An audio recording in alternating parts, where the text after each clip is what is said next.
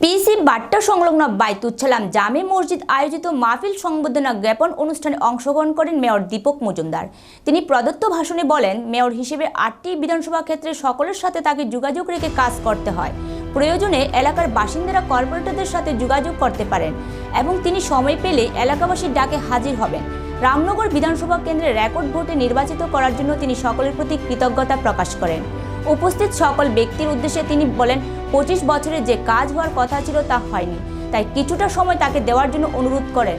তিনি আরও বলেন, রামনগর বিধানসভার নাগরিকরা তার উপর যে দায়িত্ব অর্পণ করেছেন তিনি তা পালন করার জন্য আপ্রাণ চেষ্টা করবেন এবং সকল কর্পোরেটরকে নিয়ে নির্ধারিত সময়ে কাজ শেষ করা হলে অভিযোগ তোলার আর কোনো জায়গা থাকবে না বলে তিনি আশা প্রকাশ করেন।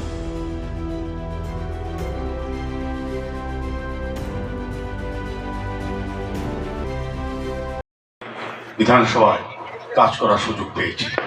আমি চেষ্টা করছি আমাদের যারা এই এলাকার আমাদের দলের কার্যকর্তা বা এই এলাকার যারা সুধী সজ্জন নাগরিকরা আছেন তাদের সহযোগিতা, তাদের সঙ্গে আলোচনা করে আগরতলা শহরকে সাজানোর সঙ্গে সঙ্গে রামনগর বিধানসভার প্রতিটি ওয়ার্ডও আমরা কাজ করার চেষ্টা করছি। প্রসঙ্গত বলা যায় যে আমাদের কাজ হচ্ছে সবকা সাথ সবকা বিকাশের নীতিতে দল, ধর্ম, মত বা ব্যক্তির সঙ্গে আমরা যোগাযোগ রাখি না, আমরা সমষ্টির সঙ্গে সবাইকে নিয়ে। আমাদের রামনগরের একটা পরম্পরা আছে, সারা দেশের সঙ্গে সারা রাজ্যের সঙ্গে আমরা সমস্ত জাতিগতভাবে সবার সম্প্রদায় একসঙ্গে কাজ করতে পারি, থাকতে পারি এবং রাজ্যের এবং শহর এবং রামনগর উন্নয়নে আমরা কাজ করতে পারি। এটা একটা নিদর্শন। রামনগরে যিনি আমি বিধায়ক ছিলেন সুরজিৎ বাবু এই কাজটা করে গেছেন। আমিও আপনাদের দোয়া আমিও চাইবো সবাই মিললে, এটা উনি অনেক আলোচনা রেখেছেন, খুব ভালো লেগেছে যে হিন্দু মুসলিম বলে কোনো বিশেষ নাই, আমরা মানুষ হিসেবে কাজ করব। আমাদের কাজ হবে মানুষ হিসেবে যে কাজগুলি করা, যার জন্য কাজ করা, সেখানে কোন ধর্মে কোন সম্প্রদায় সেটা আমরা দেখব না।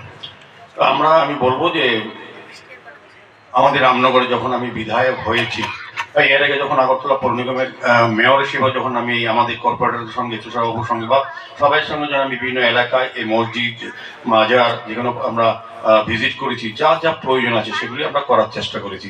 আমাদের যে এখানে কেন্দ্রীয় কবরস্থান যেটা আছে সেটাকে আমরা প্রায় 60 লক্ষ টাকা ব্যয় করে বিভিন্ন কাজ করেছি, আরও কাজ করা বাকি আছে। এখানে রাজশ্মশান যেটা আছে সেটাকে আমরা উন্নতি করেছি, এখানে যে মহাশ্মশান আছে এটা করেছি এবং এখানে দেবনাথের জন্য যে সমাধিস্থান সেটাকেও কিন্তু আমরা উন্নয়ন করার চেষ্টা করি। সার্বিকভাবে আমাদের কাজ হচ্ছে সবাইকে নিয়ে সবাই প্রয়োজনে কাজ করা। তো আমি আজকে এখানে